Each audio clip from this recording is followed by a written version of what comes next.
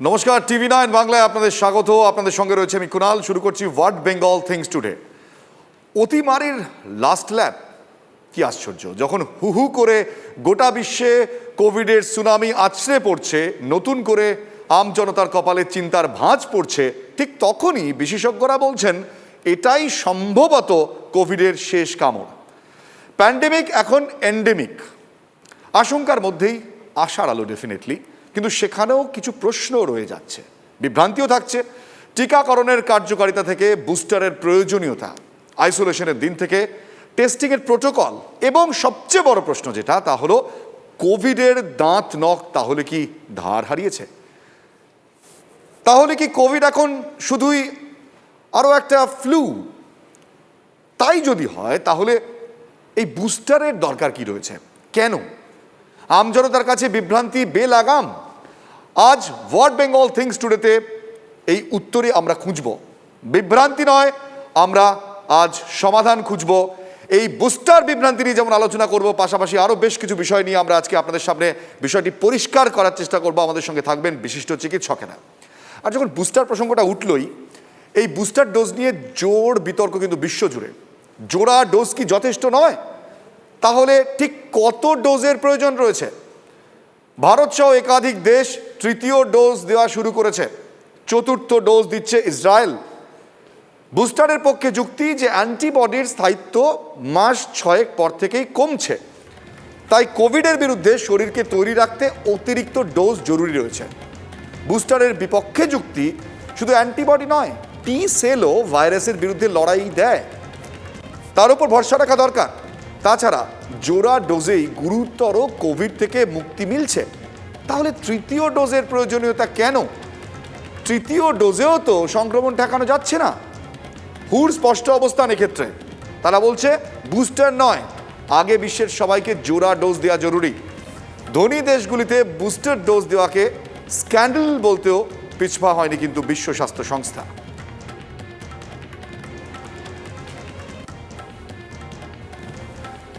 আদতে কতটা জরুরি এই বুস্টার ডোজ, কি বলছে বিশ্ব স্বাস্থ্য সংস্থা, দেখাবো।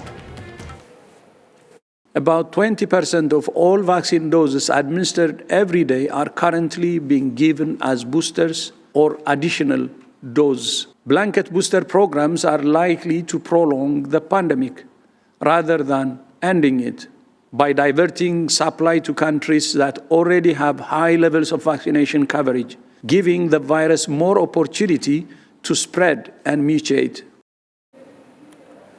এই অনুষ্ঠানটা শুরু করার সময় আপনাদের মনে অনেক বিভ্রান্তি রয়েছে, অনেক প্রশ্ন রয়েছে, কারণ আমাদের কাছে প্রত্যেক মুহূর্তে যে ফোন কল আসে কোভিড হেল্পলাইনে, সেখানে বারবার অনেকেই জানতে চান যে বুস্টার ডোজ নেওয়া কি জরুরি। শুরুতেই তাহলে এই প্রসঙ্গে আসি। আমাদের সঙ্গে যারা রয়েছেন, আমাদের সঙ্গে রয়েছেন ডক্টর সুবর্ণ গোস্বামী। ডক্টর গোস্বামী, আপনাকে স্বাগত। আমাদের সঙ্গে রয়েছেন ডক্টর কুনাল সরকার। ডক্টর সরকার, আপনাকেও স্বাগত। আমাদের সঙ্গে রয়েছেন ডক্টর মানস গুমটা। ডক্টর গুমটা, আপনাকেও স্বাগত। এছাড়াও আমাদের সঙ্গে রয়েছেন ডক্টর সুদীপ্ত রয়। ডক্টর রয়, আপনাকেও স্বাগত। আমি শুরুতেই যখন এই আলোচনা করছি, ডক্টর গোস্বামী, আপনার কাছে আমি প্রথমে আসব। যে প্রথমত যে প্রশ্নটা বারবার উঠে আসছে যে বুস্টার ডোজ কি সেক্ষেত্রে খুব দরকার? কারণ যদি আমরা দেখি যে বুস্টার ডোজ দেওয়ার কথা কিন্তু এক্ষেত্রে ভাবছে বহু দেশ, এবং সেক্ষেত্রে কিন্তু ফোর্থ ডোজের কথা ভাবনা চিন্তা চলছে। আমরা যেহেতু থার্ড ডোজ দিচ্ছি, এটা কি কোথাও একটা সমাধান? আপনি কিভাবে দেখেন বিষয়টি? যদি সারা পৃথিবীকে একত্রে দেখেন, সারা পৃথিবীর 800 কোটি মানুষ, তাদের যদি আমরা সকলকে সুরক্ষিত না করতে পারি, এবং যদি পৃথিবীর কোনো একটা কোণেও আমরা কিছু আনভ্যাকসিনেটেড লোককে ছেড়ে রাখি, এই প্যান্ডেমিক জীবনেও শেখাবে না। একটার পর একটা ওয়েভ আসতে থাকবে, নতুন সংক্রমণ হবে, নতুন মিউটেশন তৈরি হবে, নতুন ভ্যারিয়েন্ট আসবে, নতুন তরঙ্গ আসবে। সুতরাং সারা পৃথিবী নিয়ে যদি না ভেবে আমি শুধু যদি থাকি যে আমি সারাদিনে 3 বেলা খেয়েছি, আবারও খিদে পেয়েছে, আবার খাবো কিনা, নাকি আমার যে প্রতিবেশী যে একবেলাও খেতে পায়নি, বা হয়তো সকালবেলা একবার খেয়েছে আর রাত্রে খেতে পায়নি, তাকে আমি রাতে খাবারটা তার সাথে শেয়ার করবো, এইটা ব্যাপারটা হচ্ছে এই জায়গাতে এসে দাঁড়িয়ে যে আপনি সারা পৃথিবীর মানুষকে, এখন লাতিন আমেরিকা বলুন, আফ্রিকা বলুন, গরিব দেশগুলো, তাদের হচ্ছে একটা বড় অংশের মানুষ একটাও টিকা পাননি, তারা অ্যাফোর্ড করতে পারছেন না। এবং এই যে টিকা নিয়ে ব্যবসা, গুটি কয়েক ধনী, মানে মহাধনী ফার্মা হাউস, তারা হচ্ছে যে তাদের হাতে কুক্ষিগত করে রেখেছে এই যে টিকা পুরো ব্যাপারটাকে, এবং শুধু টিকা নয়, টিকার যে প্রযুক্তিটাকেও তারা কুক্ষিগত করে রেখেছে। তারা তৃতীয় দুনিয়ার হাতে ছাড়বে না। ফলে $1 তৈরি যে ভ্যাকসিন সেটাকে $30 বিক্রি করছে এমন কোনো কোম্পানি, যে কোম্পানি লসে যাচ্ছিল 2020-তে, 2021 থেকে ফুলে ফেপে ঢোল হয়ে যাচ্ছে টিকা বিক্রি করে। আর কিছু দেশ আছে যারা চতুর্থ ডোজ দিচ্ছে, এমনকি ষষ্ঠ ডোজ, সপ্তম ডোজ অব্দি তারা মজুত করে রেখেছে। আর কিছু দেশ হচ্ছে যে একটাও টিকা দিতে পারছে না তার দেশের মানুষকে।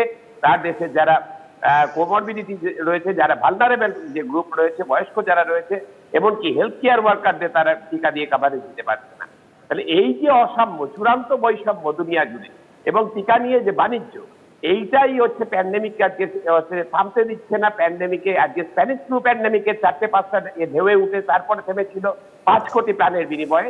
কিন্তু কোভিডের সামনে একটা সুযোগ এসেছিল যে 1 বছরের মধ্যে টিকা আমাদের হাতে বিজ্ঞান তুলে দিয়েছে, সেটাকে যদি মানব কল্যাণ অর্থে মুনাফার জন্য ব্যবহার না করে যদি মানব কল্যাণে ব্যবহার করা যেত, তাহলে দ্বিতীয় তরঙ্গ এগুলোকে রোধ করে আমরা পালস মোডে 6 মাসের মধ্যে পৃথিবীর অধিকাংশ মানুষকে টিকা দিয়ে সেটাকে থামাতে পারতাম। তা না করে এখন টিকাটা দাঁড়িয়ে গেছে কয়েকটা কোম্পানি এবং কয়েকটা দেশে তাদের হচ্ছে মুনাফা লোটার অস্ত্রে।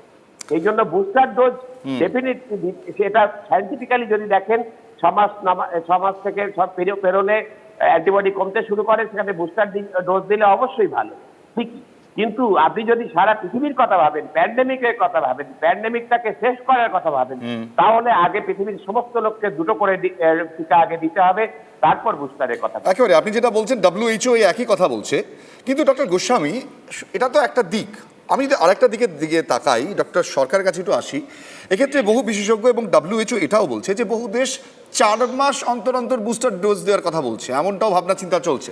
সেখানে WHOর বক্তব্য, এক্ষেত্রে রোগ প্রতিরোধক ক্ষমতা ভেঙে পড়তে পারে এবং এটা ক্ষতি করতে পারে মানুষের শরীরে। হয়তো করোনা থেকে আমরা মুক্তি পেতে পারি, কিন্তু আগামী দিনে আমাদের যে রোগ প্রতিরোধক ক্ষমতা সেটা আমাদের আর থাকবে না এবং খুব এটা বিপর্যয় ঘটাতে পারে। আপনি কিভাবে দেখেন? কথাটা হলো যে আমরা কিছু কিছু পরিপ্রেক্ষিত আমাদের রিয়েলাইজ করতে হবে। তো ডক্টর গোস্বামী যে কথাগুলো বলেছেন, বা উনি যে ইকো করলেন ওয়ার্ল্ড হেলথ অর্গানাইজেশনের কথাগুলো, যে vaccine distribution, inequity in vaccine etcetera নিয়ে, অ্যাবসলিউটলি ট্রু। কিন্তু আমাদের মনে রাখতে হবে যে আমাদের সামনে যে 9টা থেকে 11টা ভ্যাকসিন ইউজেবল হিসেবে সেই 2000 গত বছরের নভেম্বর-ডিসেম্বর মাসে যখন আত্মপ্রকাশ করেছিল, আমার যতদূর ধারণা যে 2টোর বেশি ভ্যাকসিনের পিছনে ছাড়া কিন্তু কোনো রকম স্টেট ফান্ডিং তার পিছনে ছিল না। সুতরাং 9টার থেকে আমাদের যদি 90% ভ্যাকসিন যদি প্রাইভেট ক্যাপিটালে সেগুলোকে ডেভেলপ করতে হয়, অনিবার্যভাবে প্রাইভেট ফার্মাসিউটিক্যালস, বিগ ফার্মার যেভাবে তারা চলাফেরা করেন, তার মধ্যে খানিকটা খারাপ খানিকটা ভালো, তো সেটা তো আমাদের ঘাড় পেতে মেনে নেওয়া ছাড়া কোনো উপায় নেই। That's first one. আমাদের তো বাস্তবিক পৃথিবীতে এক্সিস্ট করতে হবে, 1 নম্বর পয়েন্ট। 2 নম্বর পয়েন্ট হচ্ছে যে 2টো লজিকের এখানে একটু আমরা মিশিয়ে ফেলছি। একটা লজিক অবশ্যই, সেটা অকাঠ্য, সেটা আনডিনায়েবল, যে সারা পৃথিবীতে ভ্যাকসিনকে ইভেনলি ডিস্ট্রিবিউট করতে হবে, ডেফিনেটলি করতে হবে। সেকেন্ড পয়েন্ট হলো যে ডেল্টার পর থেকে যখন পৃথিবীর প্রায় সবাই মনে করেছিল এইবার বোধহয় আমরা বাঁচলাম, যখন আমরা ডেল্টার সময় থেকে, অর্থাৎ 2021-এর শুরুর থেকে আমাদের ধারণা জন্মেছে যে প্রিভেনশন অফ ডেথ বা প্রিভেনশন অফ সিরিয়াস ডিজিজ আমাদের হাতে যখন অন্য ওষুধ নেই, তখন that effect has been due to the vaccine. ভ্যাকসিনের জন্য আমরা ইনফেকশন প্রিভেনশনটা যতটা না করতে পারছি, আমরা ডেথ প্রিভেনশনটা কিছুটা বেটার করতে পারছি। যখন অমিক্রন আমাদের সামনে দেখা দিল sometime in end October, early November, তখন দেয়ার ওয়াজ আ সায়েন্টিফিক বাইপোলারিটি, যে এই যে অমিক্রনকে আমরা মাইল্ড ডিজিজ হিসেবে দেখছি, এটা কিসের জন্য? এটা কি সে নিজের থেকে মাইল্ড, না এফেক্ট অফ ভ্যাকসিনেশনের জন্য মাইল্ড? এই গত সপ্তাহতে খালি একটা ফার্স্ট পাবলিকেশন এসছে যেটা ইন্ডিকেট করছে যে অমিক্রন হয়তো নিজের থেকেই ইন্ট্রিনসিক্যালি মাইল্ড, ভ্যাকসিনের এফেক্টটা হয়তো অতটা প্রোনাউন্স না হলেও হতে পারে। খানিকটা আনসার্টেনটি, খানিকটা অনিশ্চয়তার জন্য এই দুটো জিনিস আমাদের সামনে এসে দাঁড়িয়েছে। একটা হলো যে ডিস্ট্রিবিউশন অফ ভ্যাকসিন, এবং সেকেন্ড ফ্যাক্টটা হলো যে সমস্ত দেশ, একটা দেশ যখন রেসপন্ড করে তার মধ্যে it becomes a socio political response. এই যে ইসরায়েলের রেসপন্সে দেখুন, ইন নো টাইম তারা সেকেন্ড ডোজ ভ্যাকসিনেশন শেষ করে দিয়েছিল, তারপর তারা খানিকটা দিশেহারার মতো থার্ড ডোজ সেকেন্ড ডোজ করতে শুরু করেছে। আমেরিকার রেসপন্স দেখুন, তারা পার হেড 5টা ভ্যাকসিন হোল্ড করার পরে 3 কোটি ভ্যাকসিন তারা অ্যাপারেন্টলি নষ্ট করেছে, কেউ কেউ বলছে সমুদ্রে ফেলে দিয়েছে। তো এই সমস্ত কনফ্লিক্টিং কাজকর্মগুলো হচ্ছে, কিন্তু দুটো কনসার্ন আমাদের এই বাইপোলার চিন্তাধারাটাকে নিচ্ছে। একটা ডেফিনেটলি যেটা হু ফোকাস করছে ডিস্ট্রিবিউশন, আর একটা হলো the socio political response to prevention of death and minimisation. একেবারে ডক্টর সরকার, আপনি যে ব্যাপারটা দুটো ব্যাপারটাই পরিষ্কার করেছেন। আমি ডক্টর রয় আপনার কাছে একটু আসবো। এক্ষেত্রে যেহেতু এই আলোচনাটা আমরা একটা দিকে নিয়ে যাচ্ছি, কিন্তু প্রথমে একটা প্রশ্ন আমরা শুরু করেছিলাম যে কোথাও কি এটা এন্ডেমিকের পর্যায়ে পৌঁছে যাচ্ছে। যদি তাই হয়, বিভিন্ন দেশ যদি এরকম সিদ্ধান্ত নিয়েই থাকে, আমরা যদি দেখি যে বিভিন্ন দেশের কার্যকলাপ, সেখানে দাঁড়িয়ে প্রশ্নটা এটা ওঠে যে তাহলে এই বুস্টার ডোজের প্রয়োজন কি রয়েছে? বিভিন্ন সেক্ষেত্রে টিকার চিন্তাভাবনা কেন এখনো চলছে?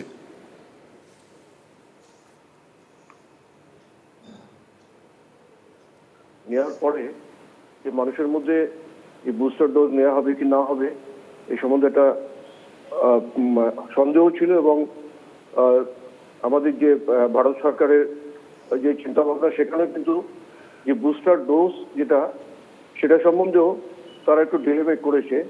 কারণ একটু আগেই যেটা ডক্টর সরকার যেটা বলছেন যে আমেরিকাতে যেখানে 5টা ডোজ দেওয়া হয়ে গেছিল, সেখানে আমার মনে হয় যে এই বুস্টার ডোজটা অনেক আগেই দেওয়া উচিত ছিল। যে যদি পুজোর আগে এই বুস্টার ডোজ যদি দেওয়া হতো, তাহলে যে আজকে যেভাবে যে করোনাটা ছড়িয়ে গেছে, যে থার্ড ওয়েভ যেটাকে আমরা বলছি, সেই থার্ড ওয়েভে কিন্তু যে প্রায় 10 জনের মধ্যে যেখানে টেস্ট করা যাচ্ছে 5 জন 6 জন করে পজিটিভ চলে আসছে আগে। সেটা হতো না, যে কিছুটা ইমিউনিটি তৈরি হতো, যেটা ডক্টর সরকার বলছেন যে কিছুটা হলে ইমিউনিটি তৈরি হতো। এবং যে বিশেষত আমরা যেটা লক্ষ্য করেছি যে একজন চিকিৎসক হিসেবে যে আমরা রয়েছি, যে চিকিৎসকদের যে আগেই ডোজটা দিয়ে দেওয়া উচিত ছিল। কারণ সবচেয়ে বেশি যেটা এক্সপোজার যাদের হয় তারা হচ্ছে যে চিকিৎসক এবং স্বাস্থ্যকর্মীরা।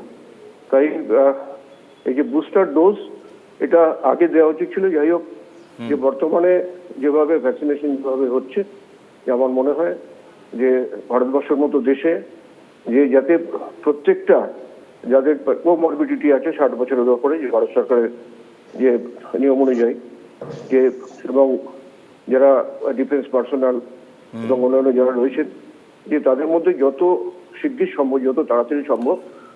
একেবারেই ডক্টর রয়, আপনি যখন এই কথা বলছেন, এরই পাশাপাশি আমরা দেখতে পাচ্ছি যে এই যে বিভ্রান্তিটা বিভিন্ন জায়গায়, বিভিন্ন দেশে বিভিন্ন রকম নিয়ম, বিভিন্ন রকমের চিন্তাভাবনা, বিভিন্ন বিশেষজ্ঞ চিকিৎসক তারা বিভিন্ন রকম আলাদা আলাদা কথা বলছেন।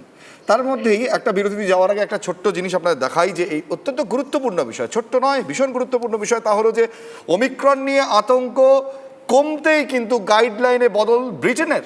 প্রথম দেশ হিসাবে বিমানবন্দরে টেস্টের প্রয়োজনীয়তা তুলে দিল ব্রিটেন। অর্থাৎ এক্ষেত্রে আপনারা দেখাই যে জাস্ট আনাদার ফ্লু, অর্থাৎ আরও একটা ভাইরাল ফ্লু, কোভিড-19 নিয়ে ঠিক এই কথাটাই বলছে ইউরোপ।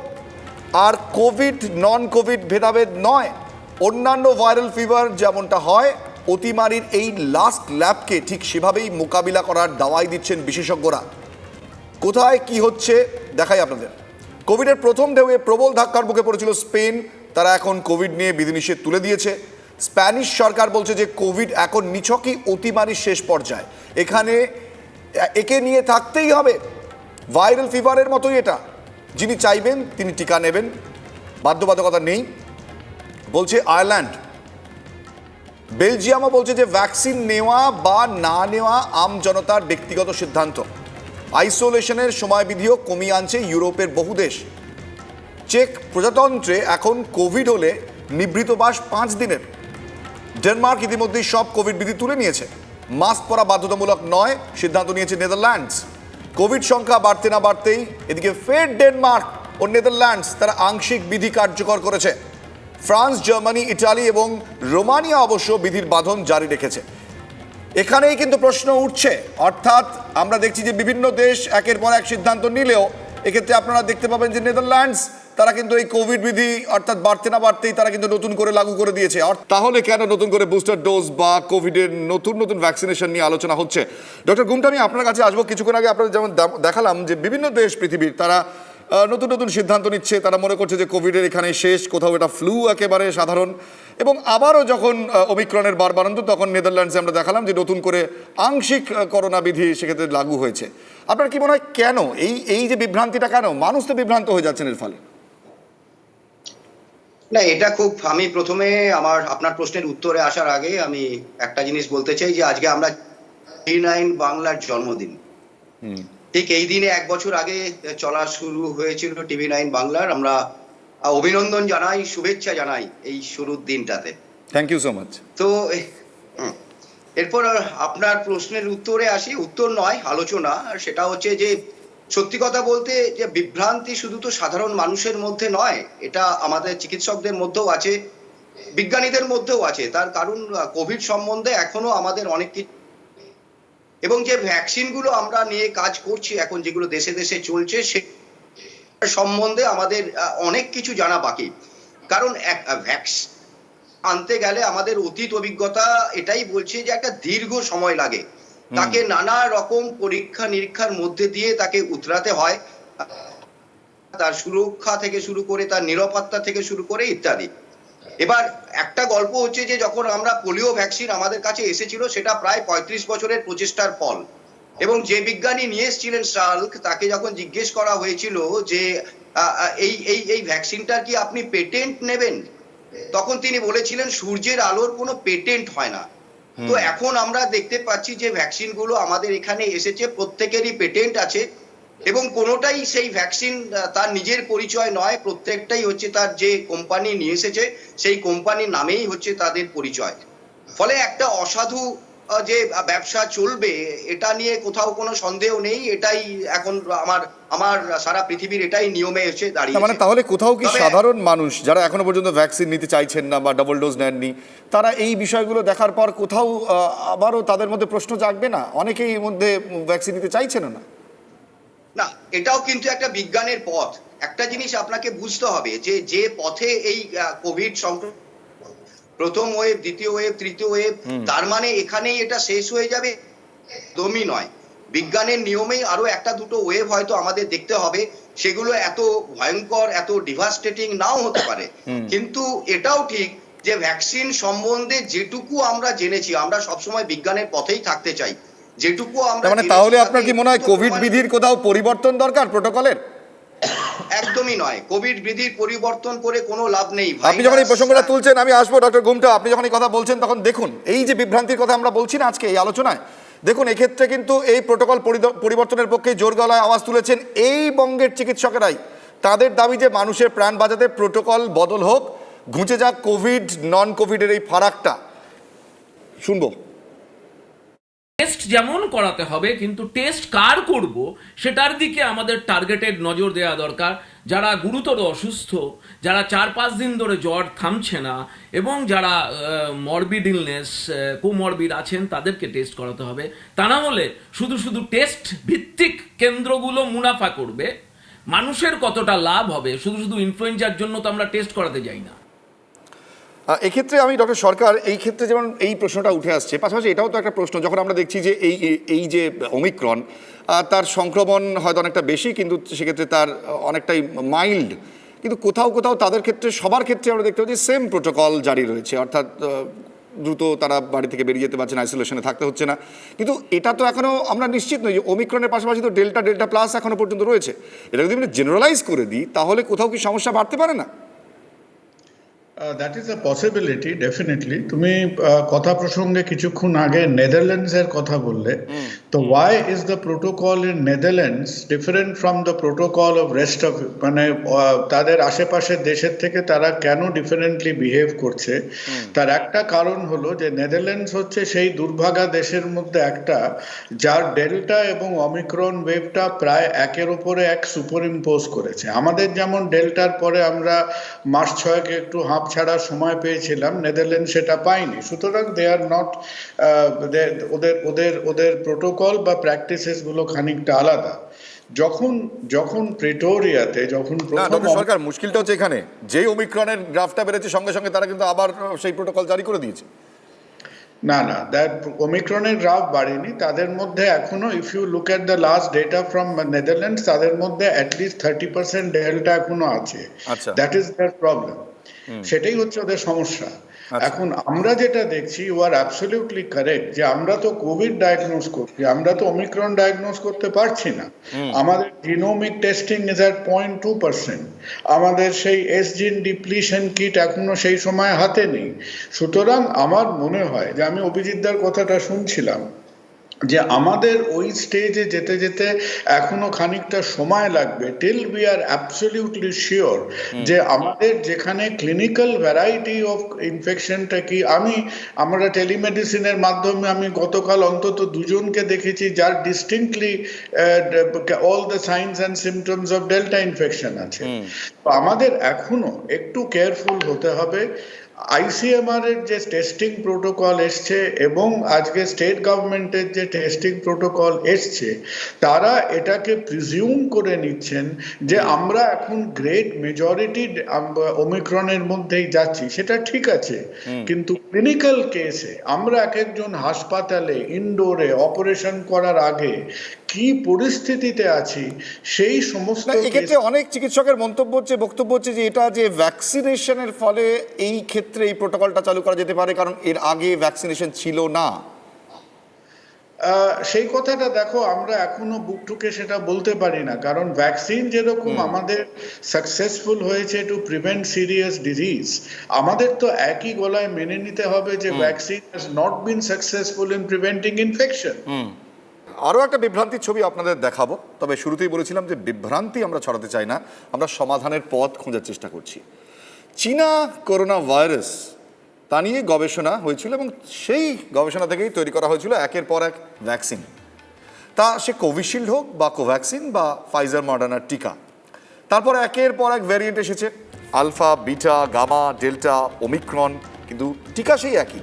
তাহলে হু নিযুক্ত এক্সপার্ট কমিটি ট্যাগ কোভ্যাকের যেটা নিদান, এবার ভ্যাকসিন আপডেট করার সময় এসেছে, অর্থাৎ প্রয়োজন কোভিড ভ্যাকসিন 2.0 অর্থাৎ 2.0।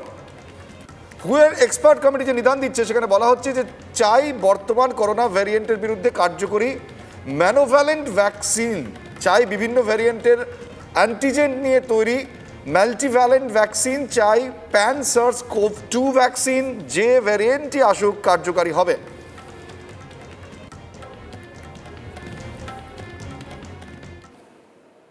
আমি ডক্টর গোস্বামী আপনার কাছে আসব।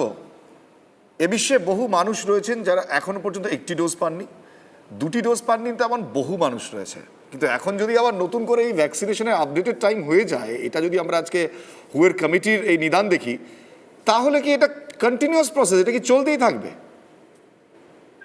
দেখুন, এরকম কেউ আছে যে ইনফ্লুয়েঞ্জা প্রতি বছর কোন ট্রেন কি ডমিনেন্ট সেটা দেখে সেই মতো করে ভ্যাকসিন অ্যাডাপ্টেশন করা হয়। এমনকি ওমিক্রন যখন শুরুতে এন্ড অক্টোবর মানে নভেম্বরের দিকে যখন ওমিক্রন সবে দেখা যায়, তখন ফাইজার মডার্না সবাই ক্লেম করলো যে আমরা ভ্যাকসিন অ্যাডাপ্টেশন করে দেবো, আমাদের 100 দিন সময় দিই। এখন তবে ফ্লু লাইক ক্যারেক্টারে চলে যাচ্ছে এবং বছরে 2টো করে স্ট্রেন প্রিডমিনেন্স বদলায়, তাহলে হচ্ছে যে এটা ভ্যাকসিন অ্যাডাপ্টেশন ছাড়া উপায় থাকবে না। সেক্ষেত্রে ভ্যাকসিন দেওয়া হবে, যেমন ইনফ্লুয়েঞ্জা ভ্যাকসিন সবাই তো নেয় না, সাধারণত বয়স্ক মানুষ, বিশেষ করে শীতের দেশগুলোতে যেখানে ফ্লু হয় এবং সেখানে যেহেতু বয়স্ক মানুষের সংখ্যাটা অনেক বেশি, সেখানে গড় আয়ু 80 বা তারও বেশি ইউরোপ আমেরিকার এর মতো দেশগুলোতে, ফলে যে বয়স্ক মানুষ যারা ষাটোর্ধ্ব মানুষ তাদেরকে সুরক্ষিত করবার জন্য ইনফ্লুয়েঞ্জা ভ্যাকসিন দেওয়া হয়।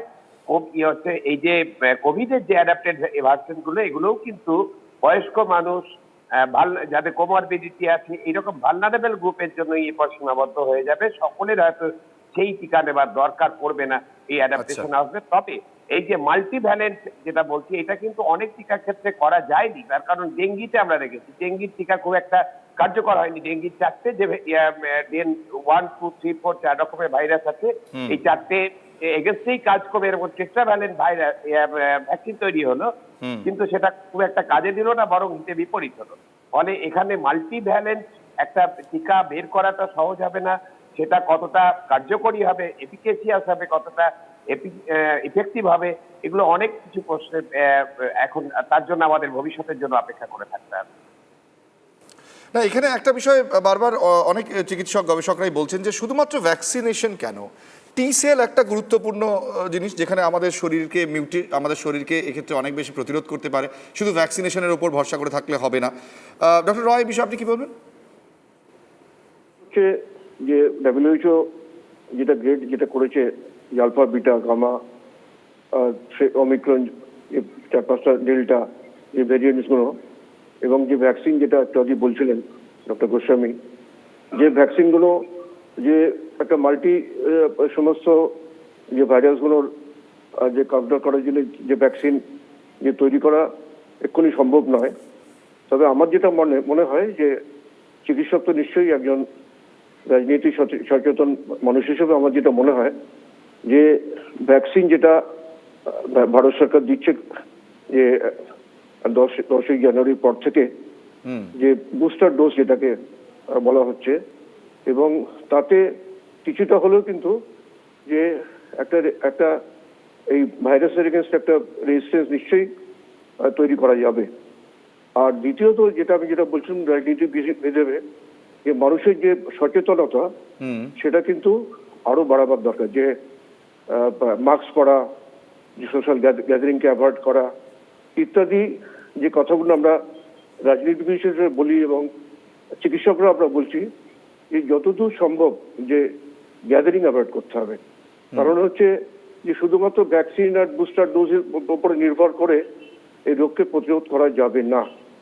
আর বর্তমানে যেভাবে যে মানুষের মধ্যে তার মানে কোথাও ডক্টর রয়, আমি একটা জিনিস জানতে চাই যে ধরুন অনেকেই তো দেখছেন যে এবার যে ওমিক্রন যে আক্রান্ত হয়েছেন, যদি আমি ধরেই নিই যে কেন্দ্রের রিপোর্ট বেশিরভাগ মানুষের ওমিক্রন হয়েছে, সেই ভ্যারিয়েন্টই আক্রান্ত মানুষ, তাহলে কোথাও কি ভ্যাকসিনেশন কাজ করেছে বলে মনে হয় না? এই ভ্যারিয়েন্টটা টাইপটাই এটা, মানে জানি না রিসার্চ এখনো পর্যন্ত এই বিষয়ে নির্দিষ্টভাবে আছে কিনা, কাজ কতটা করেছে জানি না। তবে এখন যে ভ্যারিয়েন্টটা যেটা রয়েছে সেটা কিছুটা হলো মাইল্ড আছে। যে সেকেন্ড যখন যে ওয়েভের সময় আমরা দেখেছি একদম ভিরুলেন্ট ছিল, এবং সেখানে অক্সিজেন রিকোয়ারমেন্ট অনেক ছিল, যে 60 লিটার 80 লিটার পর্যন্ত অক্সিজেন রিকোয়ারমেন্ট ছিল। কিন্তু বর্তমান এই যে নতুন যে ভ্যারিয়েন্ট যেটা, তাতে কিন্তু আমি দেখছি হাসপাতালে যারা ভর্তি আছে যে বিভিন্ন সেখানে অক্সিজেন রিকোয়ারমেন্ট অনেক কম এবং সিভিয়ারিটিটা অনেকটা কম। ডক্টর রয়, এখানে আরেকটা তথ্য উঠে আসছে, দিল্লির রিসেন্ট রিপোর্ট যেটা বলছে যে এখনো পর্যন্ত দিল্লিতে যাদের মৃত্যু হয়েছে তাদের বেশিরভাগই দেখা গিয়েছে তাদের ডাবল ডোজ নেই, এবং সেটা একটা অনেক বড় কারণ এখানে উঠে আসছে। আমি ডক্টর গুমটা আপনার কাছে আসি। এক্ষেত্রে আমরা যদি দেখি যে ওমিক্রন যা নিয়ে আমরা আলোচনা করছি, ওমিক্রন আটকাতে কতটা কার্যকরী এই টিকা, বর্তমানে যে টিকা আমরা ব্যবহার করছি, এই প্রশ্নটা রয়েছে। তবে আশ্বাসও সেক্ষেত্রে কিছু দিয়েছে কিছু সংস্থা, করোনার এই ভ্যারিয়েন্টকে রুখতে পারে এমন টিকা তৈরির কাজ শুরু করেছে তারা। এখন প্রশ্ন রয়েছে ডক্টর গুমটা, যদি এই যে নতুন নতুন টিকার কথা বলা হচ্ছে ওমিক্রন রুখতে, যদি ওমিক্রন এই ভ্যারিয়েন্টটা মাইল্ডই হয়, এটা যদি কোথাও করোনার একেবারে শেষই হয়, তাহলে আবার নতুন টিকার প্রয়োজন কেন? দেখুন, ভাইরাসের যে তার মিউটেশন, ভাইরাস কোনো লিভিং সেল, তাকে বাঁচার জন্য কোনো না কোনো হোস্ট দরকার, এবং সেই হোস্টের কে যদি ভাইরাস নিজেও হচ্ছে শেষ হয়ে যাবে। যত মিউটেশন হবে, শুধু তো এই কোভিড ভাইরাস নয়, এর আগে যত ভাইরাসই আছে, যে যত মিউটেশন হবে সেটাই দেখা যায় যে সে হোস্টকে কিন্তু মেরে ফেলতে চায় না, তার কারণ নিজের বেঁচে থাকার তাগিদ থেকেই সে মেরে ফেলতে, এবং এই মিউটেশন শুধু ওমিক্রনেই শেষ হয়ে যাবে এটা একদমই নয়। থাকবে, কোভিড আমাদের থাকবে, এবং এটা নিয়েই হয়তো সামনের দিনে আমাদের চলতে হবে, এবং আরো অসংখ্য হয়তো মিউটেশন আমরা দেখতে পাবো কোভিড ভাইরাসের ক্ষেত্রে। এবং প্রত্যেকটা মিউটেশন, প্রত্যেকটা ভ্যারিয়েন্টের এগেনস্টে আমাকে আবিষ্কার করতে হবে এবং টিকা দিতে হবে, ঠিক এরকমটা আমরা মনে করি না। যেটা হচ্ছে সেটা হচ্ছে যে একটা ন্যাচারাল ইনফেকশনে আমাদের একটা রোগ প্রতিরোধ ক্ষমতা তৈরি হয়। তবে অবশ্যই চাইবো না যে এই বিপুল সংখ্যক জনসংখ্যা ন্যাচারাল ইনফেকশন হয়ে যাক, তার কারণ একটা ক্ষুদ্র ভগ্নাংশ যদি তার থেকে মারা যায় সেটাও আমাদের কাছে বিরাট লস। অলরেডি আমরা প্রায় 50 লক্ষ পৃথিবীর মানে বিশ্ববাসী এবং 5 লক্ষ ভারতবাসীকে আমরা হারিয়েছি। একেবারেই ডক্টর কুন্ডু, আপনি যখন এই কথাটা বলছেন, আমি একটুখানি সংক্ষেপে আসবো ডক্টর সরকার আপনার কাছে। এক্ষেত্রে বেশ কিছু রিসার্চ এটাও দাবি করছে যে যদি এভাবেই আমরা বুস্টার ডোজ দিতে থাকি, যেটা শুরুতে আপনাকে বলছিলাম যে কোনো দেশ ভাবছে যে 4 মাস অন্তত বুস্টার ডোজ তারা দেবে, তাহলে কোথাও এটাও তারা আশঙ্কা করছেন যে এর ফলে মিউটেশন আরও বাড়তে পারে, এমন কোনো আশঙ্কা বা আপনি এমন কোনো রিসার্চ নিয়ে আলোকপাত করবেন? দেখো, আমি একটা দুটো পয়েন্ট যেটা নিয়ে আগে কথা হয়েছে একটু ক্ল্যারিফাই করি। প্রথমত হচ্ছে টি সেল ইমিউনিটি অ্যাসেস করা খুব গন্ডগোলের ব্যাপার। আচ্ছা, কারণ টি সেল ইমিউনিটি খুব অ্যাডভান্স ব্লাড টেস্ট করে হয়তো ল্যাবে পাওয়া যায়। এইডস রিসার্চের সময় টি সেল নিয়ে অনেক কাজকর্ম হয়েছে। আর প্রলং টি সেল ইমিউনিটি জাজ করতে গেলে লিম্ফ নোড অ্যাসপিরেশন করে বার করতে হয়। তো সেইটাকে মোদ্দা কথাটা হলো, আমরা যেরকম অ্যান্টিবডি মেজার করে মোটামুটি একটা ইমিডিয়েট ইমিউনিটির আন্দাজ পেতে পারি, টি সেল ইমিউনিটিকে জাজ করা খুব মুশকিল। সেকেন্ড কথা হলো যে দেখো, হু মাঝে মধ্যে একটু জ্ঞান পাপির মতো কথা বলে। কারণ হু এর সমস্যা হলো যে প্রথম 3 মাস 2019 সালে তারা যদি প্যান্ডেমিকটাকে চেপে না রাখতো, তাহলে প্যান্ডেমিকটাকে আরো at its inception কন্ট্রোল করা যেত। সুতরাং at the beginning of the pandemic, who is a part of the problem and not a part of the solution. আর এই যে সেকেন্ড কথাটা বলছে, এইটাকে আমাদের একটা রিয়েল ওয়ার্ল্ডে এক্সিস্ট করতে হবে। যে আমরা এখানে ইনফ্লুয়েঞ্জা ভ্যাকসিনের কথা বলছি না, আমরা প্রায় পৃথিবীর 800 কোটি মানুষের ভ্যাকসিনেশনের কথা বলছি। সেখানে যে একটা ম্যামথ অ্যামাউন্ট অফ ডোজ তৈরি হয়ে যায় বাস্তবিক পৃথিবীতে, আনলেস পৃথিবীর 198টা দেশ একত্রিত হয়ে বলে আমরা সব কোম্পানির অ্যাকাউন্ট এবং লসগুলোকে ওভাররাইড করব, কেউ কখনো 3 মাস অন্তর অন্তর এটাকে রিভাইজ করতে পারবে? এটা পারবে না। So we are back to the original problem, যে ডেভেলপমেন্ট কার কষ্ট হয়েছে, এটা রিডেভেলপমেন্টও কার কষ্টে হবে। So we are back to that issue. আর সেকেন্ড কথাটা হলো যে আমার মনে হয় না যে এই যে বুস্টারের আমাদের যে রেসপন্সটা, তুমি ভারতবর্ষের এখন বুস্টার প্রোগ্রামটার কথা চিন্তা করো। এই যে আমরা থার্ড ডোজ কোভিশিল্ড দিয়ে বুস্ট করছি, এটার কিন্তু একটা খুব সাউন্ড সাইন্টিফিক বেসিস নেই। সুতরাং booster is more of a socio political and মানে সর্ট অফ আমাদের administrative response than a scientific response. ভারতবর্ষের হাতে থার্ড ডোজ দেওয়ার মতো অ্যাপ্রোপ্রিয়েট কোনো ভ্যাকসিন নেই। কেন নেই? আমরা mRNA কে ঢুকতে দিইনি। যতক্ষণ না আমাদের হাতে কোভোভ্যাক্স আসবে সাপ্লাই করার মতো, ততক্ষণ আমরা একটা থার্ড ডোজ পাবো না যে আমাকে আমার বেস লাইন থেকে অন্তত 8 গুণ 10 গুণ একটা হাইকাপ বা বুস্ট দিতে পারে। Covishield is not a recommended বা মোস্ট এফেক্টিভ বুস্টার। এইটা আমাদের মনে রাখতে হবে। যাই হোক, নেই মামার থেকে কানা মামা ভালো, সেইভাবে আমরা প্রোগ্রামটা এখন তৈরি করেছি। একেবারে ডক্টর সরকার, এক্ষেত্রে রিসার্চের একটা বড় দরকার রয়েছে, এবং আপনি যে কথাটা বলছেন রিসার্চ ছাড়া কোনো কিছু আনফরচুনেটলি ভারত কোনোভাবে যোগাযোগ বিচ্ছিন্ন হয়ে গিয়েছে ডক্টর সরকারের যোগাযোগ। যেটা বলছিলাম যে এক্ষেত্রে রিসার্চের একটা বড় দরকার রয়েছে। বিশ্বজুড়ে কিন্তু এই মুহূর্তে টিকার ব্যবহার চলছে, এবং ওমিক্রনের ওপর কতটা কার্যকরী সেই গবেষণাও কিন্তু শুরু হয়েছে। সেই টিকা নিয়ে কোন পর্যায়ে গবেষণা চলছে? ফাইজার টিকার 3টি ডোজ ওমিক্রন রোধে সক্ষম, এমনটা দাবি প্রাথমিক গবেষণায়। 3টি ডোজ টিকা ওমিক্রন মোকাবেলায় সক্ষম, অপ্রকাশিত গবেষণায় দাবি অ্যাস্ট্রাজেনেকার। এবং কোভ্যাক্সিন ও কোভিশিল্ডের কার্যকারিতা পরীক্ষাধীন ভারতে। পরীক্ষাধীন জনসন, সিনোফার্ম, সিনোভ্যাক্স, গামালিয়া, নোভোভ্যাক্স এবং আনহুই জেড-এল এর এই কার্যকারিতা আগামী মাসের মধ্যেই স্পষ্ট হতে পারে ফল, এমনটাই আশ্বাস একাধিক মহলের। কিছুক্ষণ আগে ডক্টর সরকার যেমনটা বলছিলেন যে এই হুয়ের বেশ কিছু বিষয় নিয়ে আমাদের বিভিন্ন সময়ে, যেটা তাদেরই বক্তব্যে অনেক বেশি কন্ট্রাডিকশন ছিল, আমরা যখন এই মাস্ক পরা নিয়ে বারবার সচেতনতার প্রচার করি, কিছুদিন আগে দেখেছি সোশ্যাল মিডিয়ায় আমাকে একজন পোস্ট করেছিলেন হুয়েরই একটা বক্তব্য, সেখানে বলা ছিল যে যেহেতু মাস্ক পরা এক্ষেত্রে অনেক বেশি ক্ষতিকারক হতে পারে, এমনটাই বলেছিল যে এক্ষেত্রে হুয়ের বক্তব্য ছিল যে অতিমারির শুরুতে হু বলেছিল মাস্ক বেশি ক্ষতি করতে পারে, এবং যদি তারটা সেটা বদলাতে হয়ে 3 মাস সময় লেগেছিল। সেই পোস্টটি এখনও সোশ্যাল মিডিয়ায় রয়েছে, সেটি পোস্ট করে তারা দেখাচ্ছে এক্ষেত্রে ভুল প্রচার করা হচ্ছে, অর্থাৎ এই বিভ্রান্তিগুলো রয়েছে। বিভ্রান্তি এটাকে বলবো না, তার একটাই কারণ, সেটা হচ্ছে যে বিশ্ব স্বাস্থ্য সংস্থা অনেকগুলো দেশের নিয়ন্ত্রণ আছে, এবং সেই কোন কোন দেশ এবং অনেক ক্ষেত্রে তারা প্রভাবিত হয়। কিন্তু বিজ্ঞান যেটা বলছে, যে বিজ্ঞানের গবেষণায় যেগুলো উঠে আসছে, তাতে কিন্তু মাস্কের বিরুদ্ধে যে কোনো, এই শুধু তো কোভিড শুধু নয়, আমরা যদি এটাকে আমাদের জীবনের একটা অঙ্গ করে নিতে পারি মাস্ক পরা, তাহলে কিন্তু আমরা অনেক রোগ থেকে মুক্ত রাখতে পারবো। কোভিড বিধি মানে এই যে সোশ্যাল ডিস্টেন্স, বারবার হাত ধোয়া, এটা আমাদের একটা বিরাট সংখ্যক রোগ থেকে আমাদের মুক্তি দিতে পারে, বা আমাদেরকে সেই রোগ থেকে বাঁচাতে পারে, বা সেই ছোঁয়াচ থেকে আমাদের করে যেতে হবে। এখানে বিভ্রান্তির কোনো এটাও ঠিকই ডক্টর গুমটা, আমাদের সময় যেহেতু খুব কম, আমি সবার কাছে সংক্ষেপে যাবো একটু করে, যে এটা ঠিকই যে সেই সময় যেভাবে যত রিসার্চ হয়েছিল তার ভিত্তিতে সেই সময় WHO হয়তো বক্তব্য ছিল, সেটা পরবর্তীকালে আবার নতুন রিসার্চে নতুন করে তথ্য এসছে। আমি একেবারেই সংক্ষেপে 3 জনের কাছে যাবো একদম একই প্রশ্ন নিয়ে। ডক্টর গোস্বামী, কোনো আশার আলো কি আপনি দেখতে পাচ্ছেন?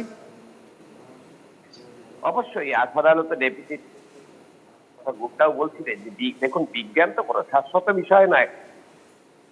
আমার সাথে পার্থক্য যে একটা প্যান্ডেমিক নতুন পরিস্থিতি, প্রতিদিন পরিস্থিতি বদলাচ্ছে, প্রতি মাসে বদলাচ্ছে, সুতরাং বিজ্ঞান বদলাচ্ছে সেইভাবে। মাস্কের কথা যেটা প্রথম দিকে বলা হয়েছিল তার আলাদা কারণ ছিল, তখন অল্প কয়েকজন আক্রান্ত হয়েছিলেন, বা আমাদের সারা দেশে কেসের সংখ্যা ছিল অতি অল্প, কিন্তু দেশের সবাই একসাথে যে মাস্ক পরে ঘুরে বেড়াচ্ছিল, সেটা থেকে তখন ভালো চেয়ে ক্ষতি হবে এরকম একটা বিষয় ছিল তখন। কিন্তু এখন একেবারেই আমি আসবো ডক্টর গোস্বামী, আপনারও একটু নেটওয়ার্কের প্রবলেম হচ্ছে। ডক্টর রয়, কোথাও কি এটা কোভিডের শেষ বলে আপনি মনে করেন? যেহেতু আপনাদের প্রোগ্রামটা যে সাধারণ মানুষও দেখছে, আমার মনে হয় যে দুটো পর্যায়ে বলা উচিত, যেহেতু সময়ও কম। একটা WHO রেকমেন্ডেশন ইত্যাদি তো হলো, কিন্তু যেটা হচ্ছে সাধারণ মানুষের কাছে এটা বার্তা, যেটা যে আমাদের ভারত সরকার এবং রাজ্য সরকার যে বুস্টার ডোজ যেটা চালু করেছে বয়স্ক মানুষ, যাদের 60 বছরের ওপরে, যাদের কোমরবিডিটি আছে, আর পাশাপাশি যে একটা প্রচার যে আমাদের মধ্যে আমরা চিকিৎসকরা সবসময় করি, ধরুন যখন অপারেশন করতে নামি তখন আমরা ভালো করে হাত ধুয়ে, যেটা বলছিলেন ডক্টর গোস্বামী বলছিলেন, যে ভালো করে হাত ধুয়ে তারপরে মাস্ক পরে গ্লাভস পরে, যাতে করে সেপারেশন থাকা যায়। অর্থাৎ সচেতন বিধির কথা আপনি বলছেন, কিন্তু যদিও আমরা দেখি, যদি গোটা রাজ্যে বিভিন্ন জায়গায় ছবি দেখি, সেখানে সচেতনতা কোথায় দাঁড়িয়ে রয়েছে সেটা পরিষ্কার। আমার কাছে সময় একদম নেই, 30 সেকেন্ডস ডক্টর সরকার দিয়ে আমি শেষ করব। যে এত কিছু নিয়ে এত কনক্লুশন, বিভিন্ন বিশেষজ্ঞরা বিভিন্ন কথা বলছেন, ডক্টর সরকার আপনি কি বলছেন বর্তমান পরিস্থিতি দাঁড়িয়ে, কোথায় কি দেখতে পাচ্ছেন? দেখুন, মানুষের শরীরে 4টে করোনা ভাইরাস অলরেডি আছে। টাইম টু টাইম আমাদের ফ্লু টাইপ অফ অসুখ বিসুখ হয়। এখন 4টে থেকে বেড়ে এটা 5টা হতে চলেছে। কোনোদিন কোনো ভাইরাস পৃথিবীর থেকে পালিয়ে যায় না, সেটা মাথা গুঁজে আমাদের মধ্যে থাকবে। যেরকম টিউবারকুলোসিস আছে, ম্যালেরিয়া আছে, অন্যান্য অসুখ বিসুখ আছে।